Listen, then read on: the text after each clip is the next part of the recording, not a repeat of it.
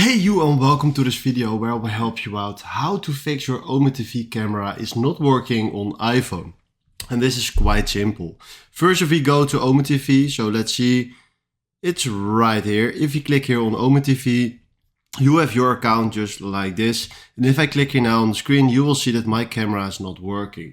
Now, most of the time you will receive this message that you need to give permission to the camera. So right now what we want to do is you can click on this. So he will automatically throw you to the setting that you need.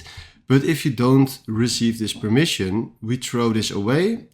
Then from here we go to settings. Then from here we go to privacy and security. Then we scroll down to camera. And right here, if you check on OmeTV, the camera access is out. So we need to turn this one on.